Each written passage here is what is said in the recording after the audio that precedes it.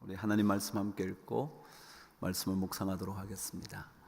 지난주에 몇 번이나 읽으셨기 때문에 안 보셔도 다 읽으실 수 있으리라 생각이 들지만 일단 말씀을 찾아서 한번 읽겠습니다. 시작. 하나님께서 지으신 모든 것이 선함에 감사함으로 받으면 버릴 것이 없나니 하나님의 말씀과 기도로 거룩하여 짐이라. 아멘. 다 외우셨죠? 이제 안 보셔도 하시겠죠?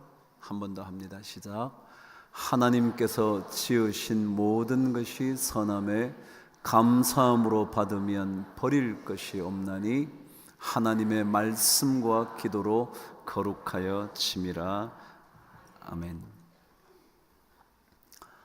그럼 신앙 삶의 주제는 하나님이에요.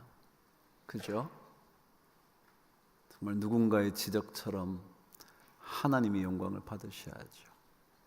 우리의 삶의 주제, 핵심이 하나님 그분이죠. 그래서 신앙의 삶의 길을 걸어갈 때마다 우리는 하나님께 점점 더 가까이 가보는 것입니다.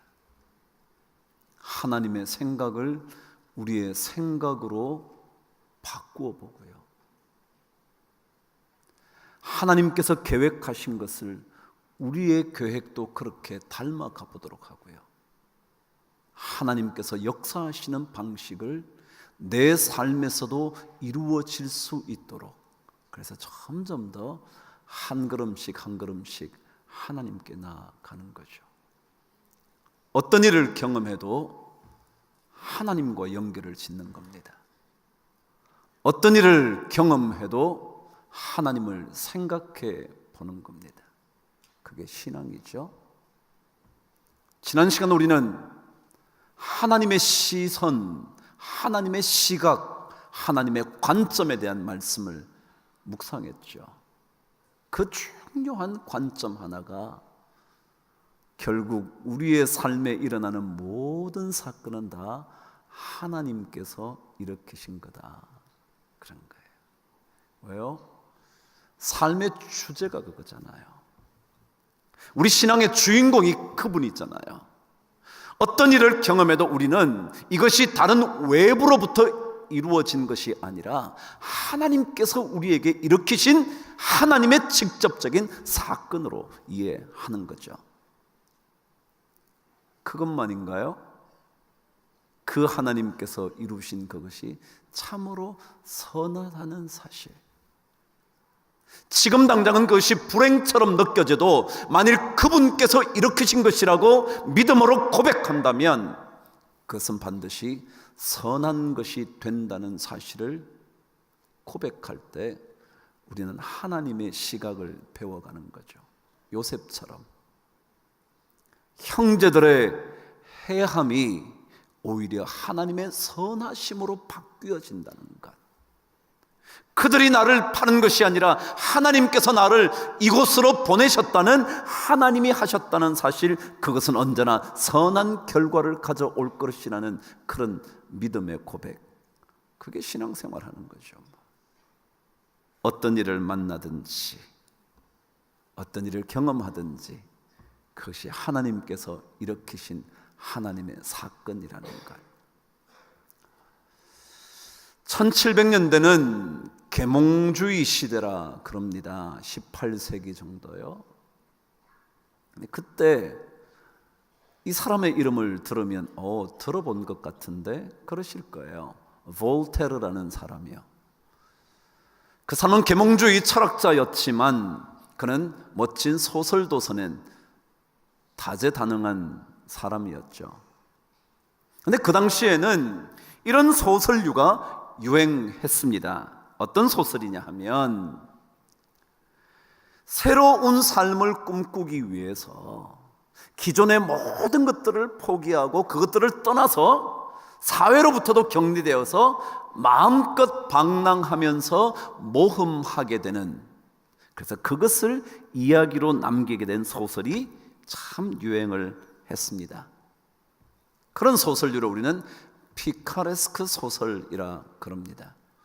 볼테르라는 이 철학자도 그런 흐름에 따라 소설 하나를 씁니다.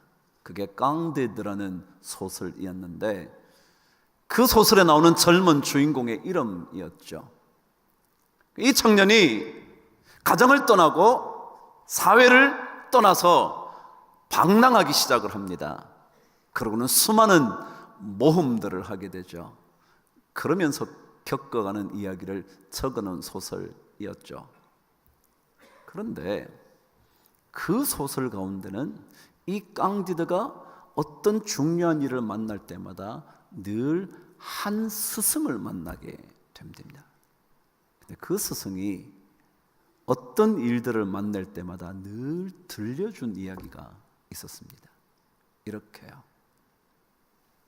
이 땅의 모든 일은 결국 최상의 세계에서 최상의 결과를 얻게 되기 위하여 존재하는 것이라고. 조금 말이 어려웠나요? 쉽게 해볼까요? 이 땅의 어떤 일도요, 마침내는 그것이 좋은 세상에서 최고의 결과를 나타내기 위해서 이 사건이 존재한다고. 저는 그 얘기를 읽다가요, 이 사람이 하나님을 믿었는지 안 믿었는지는 모르겠지만 하나님의 원칙을 알고 있었어요. 하나님이 뭐라 그러셨는데요? 하나님께서 지으신 모든 일은 뭐라고요? 선하다고요.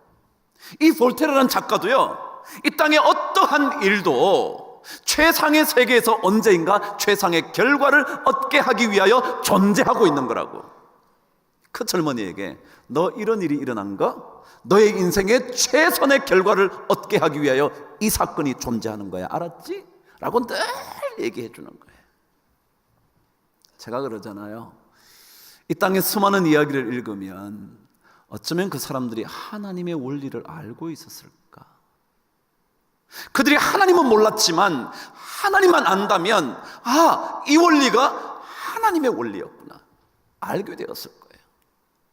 성경이 그러잖아요. 사도 바울이 하나님을 알기 전에는 하나님께서 인간의 양심을 통해서 그리고 자연을 통해서 하나님을 알 수 있도록 만들어 놨다고.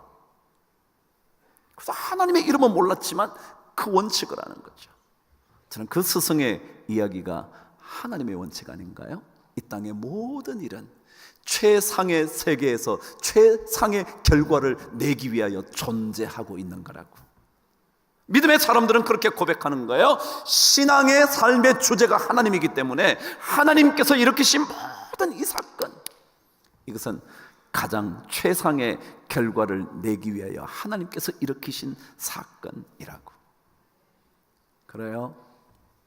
믿음을 가졌다면 우리는 어떤 일을 만나도 하나님의 선하심을 믿어야 합니다.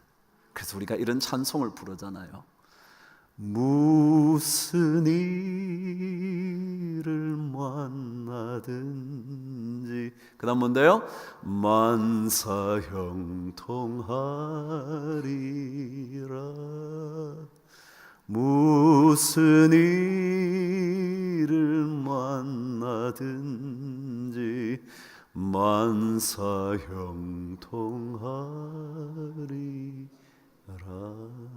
그런 거 아니에요? 무슨 일을 만나도요, 고통스러운 일을 경험해도요, 억울한 일을 당해도요, 그때에도 하나님의 선하심을 믿기 때문에 그렇지, 모든 일이 형통하게 될 거야. 그게 믿음의 사람들, 그게 하나님의 시각을 갖고 사는 거죠. 근데 오늘 성경은 하나님의 시각을 가지게 되었을 때 우리 삶은 어떻게 이어져 가는가, 그것을 가르쳐 줍니다. 저와 함께 4절 말씀 다시 읽겠습니다. 시작. 하나님께서 지으신 모든 것이 선함에 감사함으로 받으면 버릴 것이 없나니.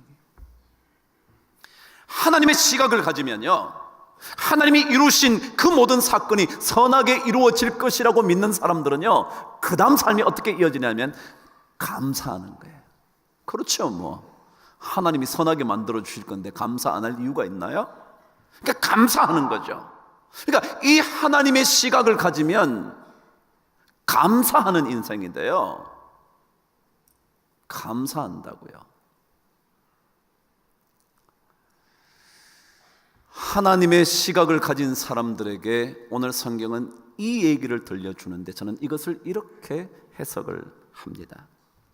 여러분, 모든 것을 감사함으로 받으십시오. 제 얘기인가요? 하나님 말씀인가요? 그래요. 저는 조금 덧붙인 것 뿐이죠.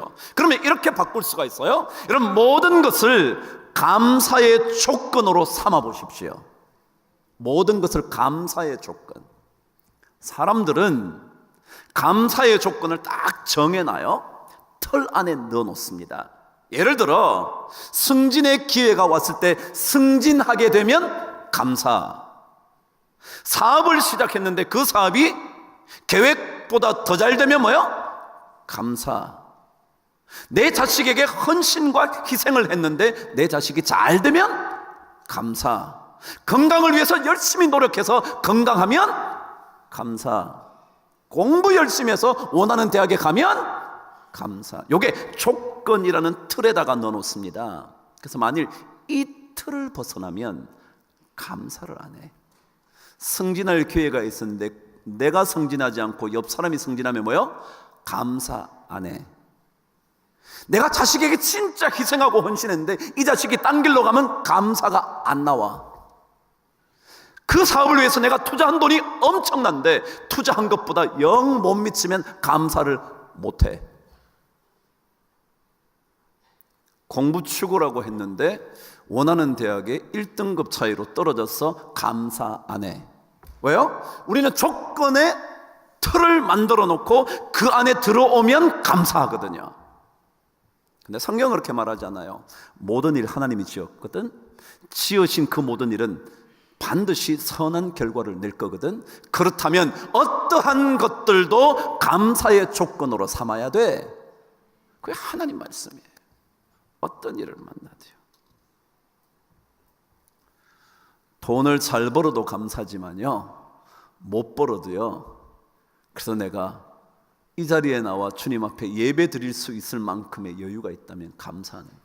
조건은 안 맞아요. 근데 예수 믿는 사람은 모든 조건이 감사의 조건이에요. 심지어 불행을 경험했을 때도 말이에요. 왜냐하면 그것이 지금은 불행이지만 하나님의 뭐라고요? 선하신 결과를 맺게 되는 그날이 오게 돼 있거든요. 하나님의 시각을 가지면. 한때 이런 책들이 유행했습니다.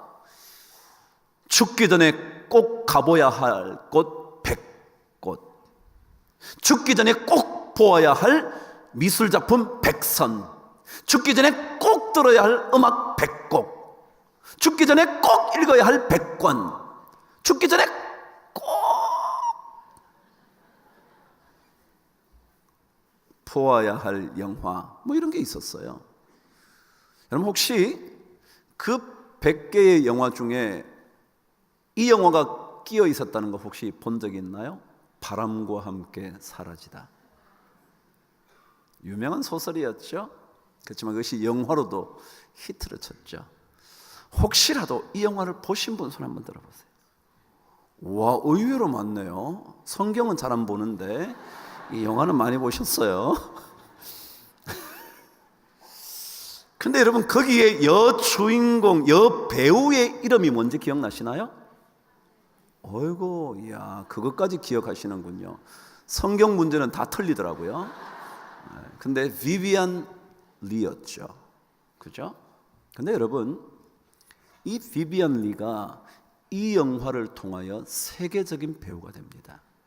근데 거기에 얽힌 이야기들이 있었어요. 어떤 거냐면 그 영화를 찍기 위하여 이제 배우를 캐스팅을 했겠죠. 공개 모집을 한 겁니다. 그래서 비비안 리도 공개 모집에 참여했죠. 그럼 면접을 봤는데 1차 면접에서 떨어진 거야. 그때는 어떠했는지는 모르지만, 지금은 어떤지 모르지만 그때는 떨어지면 그 자리에서 아이고 죄송하다고 다음 기회를 생각하셔야 되겠다. 그렇게 아마 결론은 지어서 알려주셨나 보죠. 근데 비비안리가 면접을 했는데 떨어진 거예요. 그런데 떨어지고 난 다음에 나가면서 그녀가 짧게 감사의 멘트를 날리고 미소를 띄었는데, 여기까지 오게 돼서 너무 나는 감사하다고, 그리고 미소를 띄고 떠난 거예요. 근데 그 감사의 짧은 멘트와 미소가 면접관들의 마음을 완전히 잡아버린 거예요. 떨어졌죠 뭐. 그리고 계속해서 면접을 했겠죠. 근데 얼마 뒤에 다시 비비안리에게 연락이 온 거예요. 한 번 더 면접하자고. 그리고 면접해서 선택이 되어 그 영화의 여주인공이 됐죠. 그것을 가리켜 그렇게 기록을 남겼습니다. 0.3초의 짧은 우아한 미소가 그녀의 인생 전체를 바꿨다고. 다른 사람들은 면접에 떨어지면 억울하다는 듯이, 혹은 조금 기분이 언짢은 듯이, 혹은 안타까운 심정이 너무 심했는지 얼굴에 큰 모습을 띠지 않은 채 떠나갔는데, 그녀만은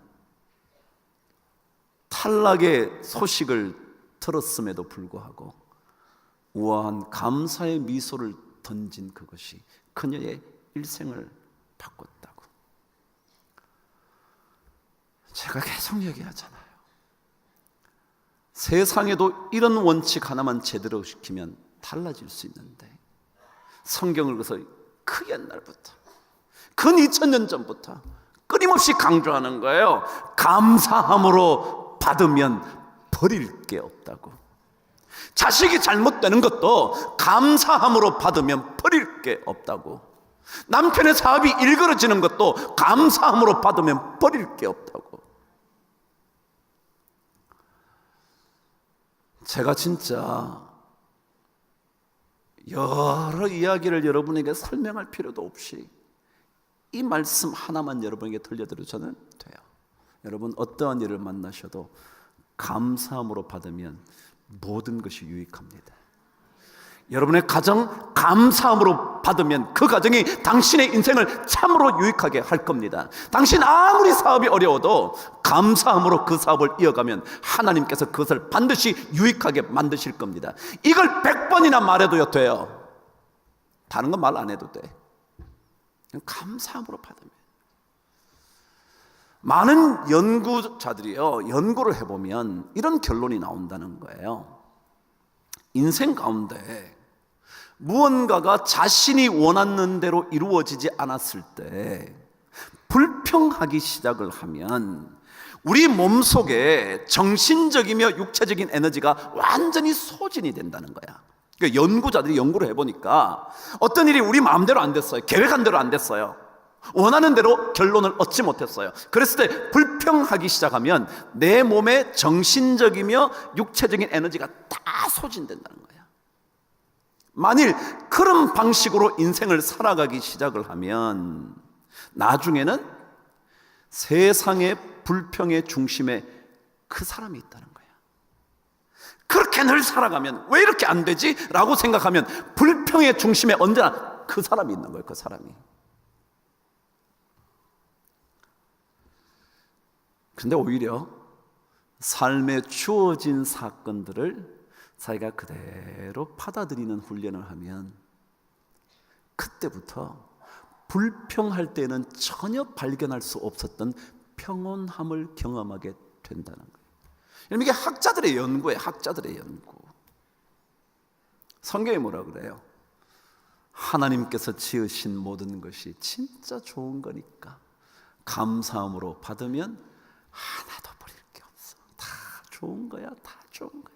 에너지 소모할 필요가 없어요. 그래서 모든 것에 자신감을 잃어요. 불평하기 시작하니까 가정이 다 싫어요. 불평하기 시작하니까 직장 상사조차 미워져요. 그 직장이 나를 위해서 존재하는 것이 아니라 괴롭히기 위하여 있는 것 같아요.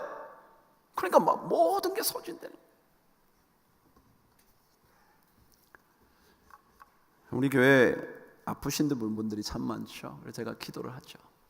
하나님께서 고침을 주시기를 간절히 기도하죠. 근데 여러분, 그런 기도도 참 좋지만요, 이런 기도가 훨씬 더 좋다는 거예요. 이거 또 연구 자료예요. 하나님께서 서로 나를 낫게 해주시지 않아도 하나님 이 아픈 상황을 이겨낼 수 있는 강인함과 넓은 마음을 주옵소서 라고 기도하는 사람이 훨씬 잘 견딘다는 거예요. 만일 내가 하나님 낫게 해주옵소서라는 기도만 했다면 그것이 내 뜻대로 안 되잖아요. 안 되고 나면 그 사람은 그때부터 힘들어지기 시작합니다. 근데 혹시 안 되어도 고쳐주시면 감사하고요, 혹시 안 되어도 이 어려움을 지나갈 수 있는 강인함을 주시고 그리고 넓은 마음을 주시면 그럼 된다는 거예요. 인생은요, 좋지 않은 것들도 좋게 바꿀 수 있다면 그게 좋은 인생이죠. 말할 것도 어디 있어요. 언제나 똑같은 원칙이죠. 제가 언젠가 이 사람 얘기를 한 적이 있지만 다른 얘기를 한 적이 있죠. 바이올린 하는 사람 중에 유명한 유태계 연주자가 있었습니다. 몸에 장애를 가졌던 아이작 펄먼이라는 사람입니다. 그 사람은 유대인이라 이렇게도 읽어요. 이작 펄먼이라고 그러기도 하죠. 근데 이 사람이요, 장애를 입었기 때문에 다리가 장애가 있어서 늘 연주가 시작되면 저기에서 이제 문을 열고 나오잖아요. 그럼 한참 걸리는 거예요.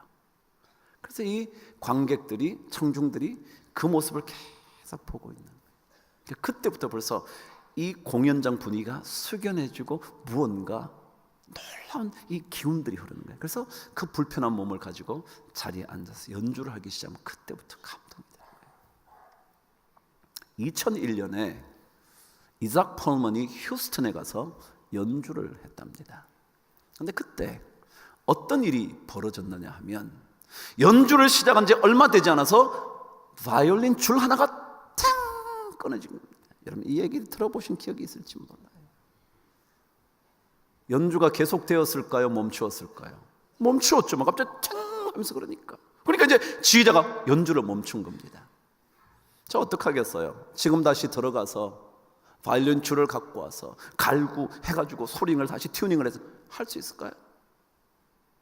근데 끊어지고 난 다음에 연주가 멈췄는데 잠시 후에, 금방 말이죠, 이작 펄먼이 지휘자에게 다시 시작할 수 있을까요? 그러더래요. 줄도 갈지 않은 채 연주가 시작됐습니다. 세 줄로 이작 펄먼이 그 모든 교향곡 연주를 다 끝낸 겁니다. 그럼 한번 생각해 보세요. 바이올린은 4줄입니다. 4줄 가지고 연습을 매일 했었어요. 손가락을 움직이는 거예요. 손가락 조금만 삐뚤어지면 소리가 달라지는 게 바이올린이잖아요. 조금만 더 밑으로 내려오면 소리가 달라지는데요. 그러니까 이 4손가락으로 계속 연습했는데 3줄밖에 없으니까 이제 완전히 손가락의 놀림이 전혀 달라져야 돼. 근데 그걸 연주를 다 끝낸 거예요. 난리 났죠. 막 모든 사람이 환호하면서 축하하면서 연주가 끝이 난 겁니다. 근데 그때 이작 펄먼이 땀을 닦으면서 활을 들고 난 다음에 이렇게 말을 했다는 겁니다. 때로는 지금 주어진 것만으로 음악을 어떻게 만들어 갈 수 있는지 알아내는 일이 음악가의 과제이기도 하지요. 그랬어요. 잘 들어보세요. 때때로 지금 주어진 것만으로 음악을 어떻게 만들어가야 하는지, 어떻게 음악을 만들 수 있는지를 알아내는 것이 음악가의 과제이라고. 제가 말을 바꿔볼까요?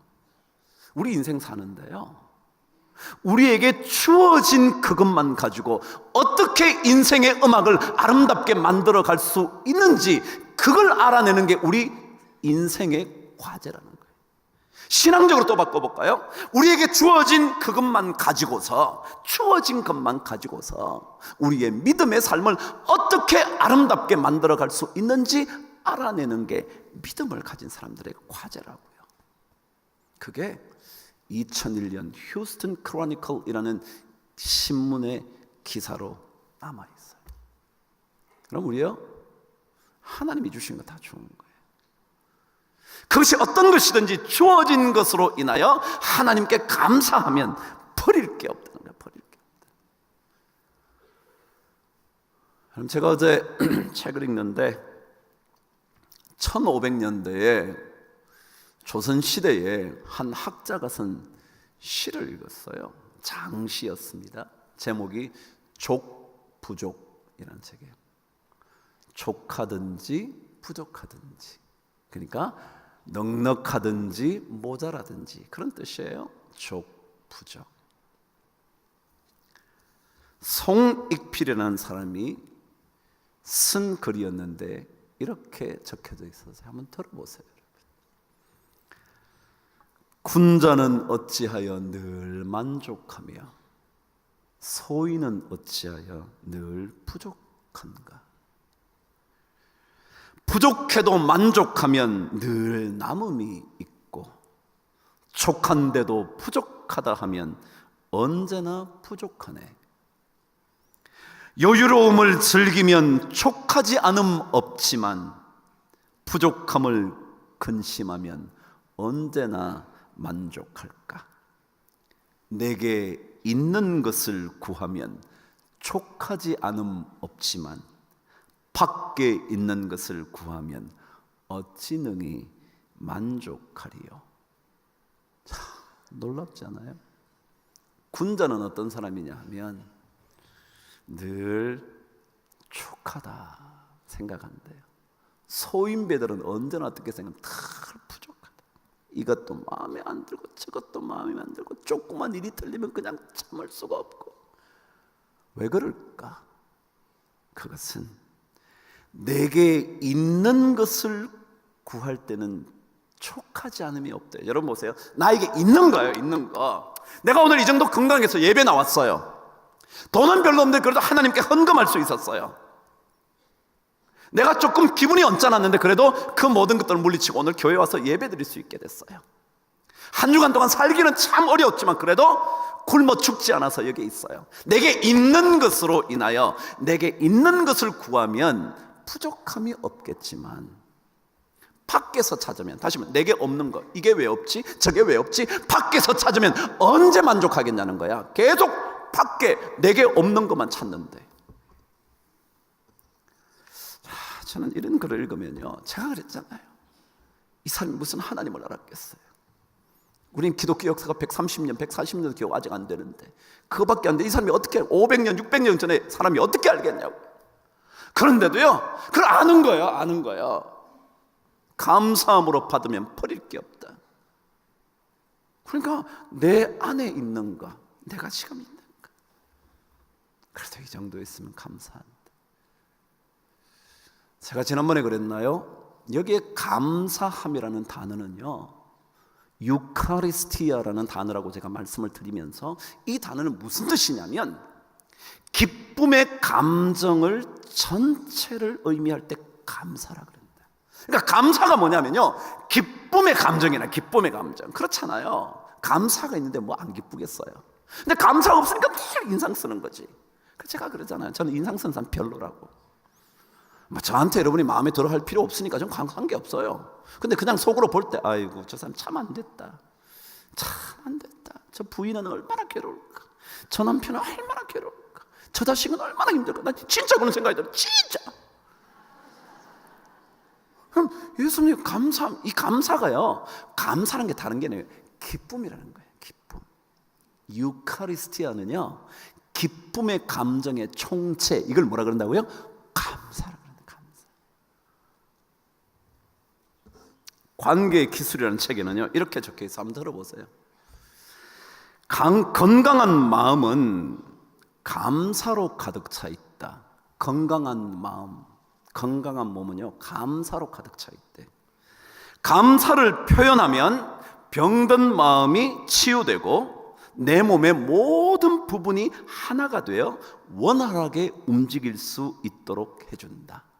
여러분 여기 아파요. 여기 아픈데 우리 감사가 넘치면요 우리 모든 에너지가 이 약한 부분으로 막 간대. 그래서 빨리 낫는데, 근데 여기는 아픈데 마음이 막 불편해하면요 이것도 에너지 써야죠. 아픈데도 에너지가 잘 안 낫는데. 계속 병에 걸릴지어다.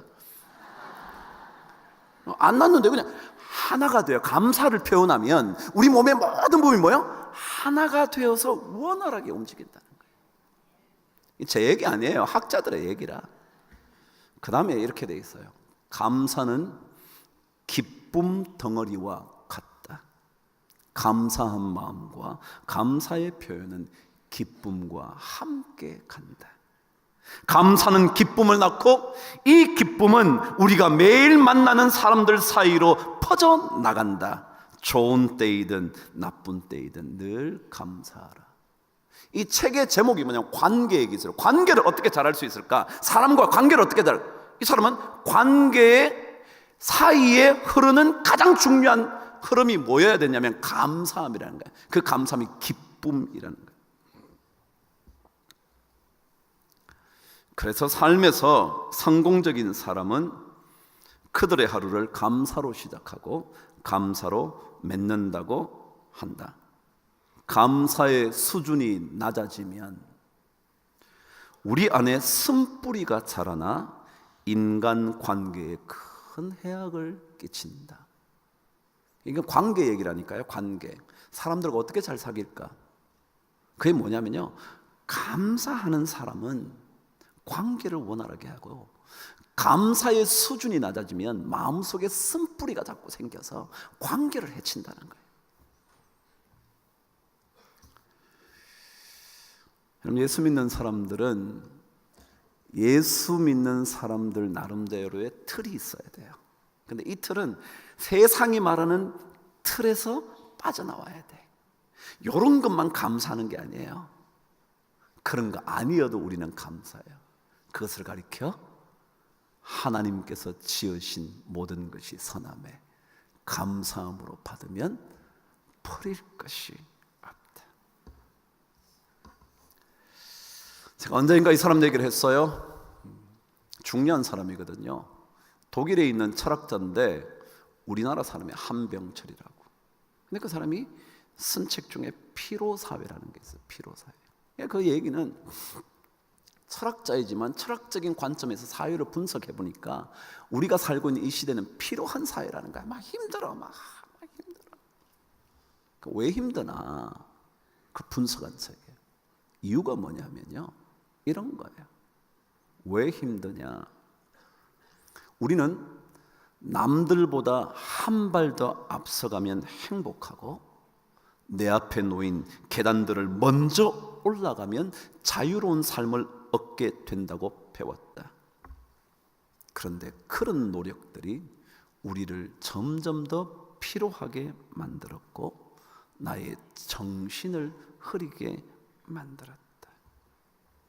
경쟁에서 이길 것만 생각하느라 정작 내 자신을 돌보지 않은 영혼의 결핍이 일어나게 되었고, 그것이 피로사회의 증후군이 되었다. 내가 하나도 빨리 가고 돈을 좀 더 벌면 행복할 줄 알고 달려갔는데 그게 나를 오히려 피곤하게 만들면서 내 영혼은 점점 더 버려짐을 당하면서 그래서 피곤해지기 시작했다는 거예요. 피로해지기 시작.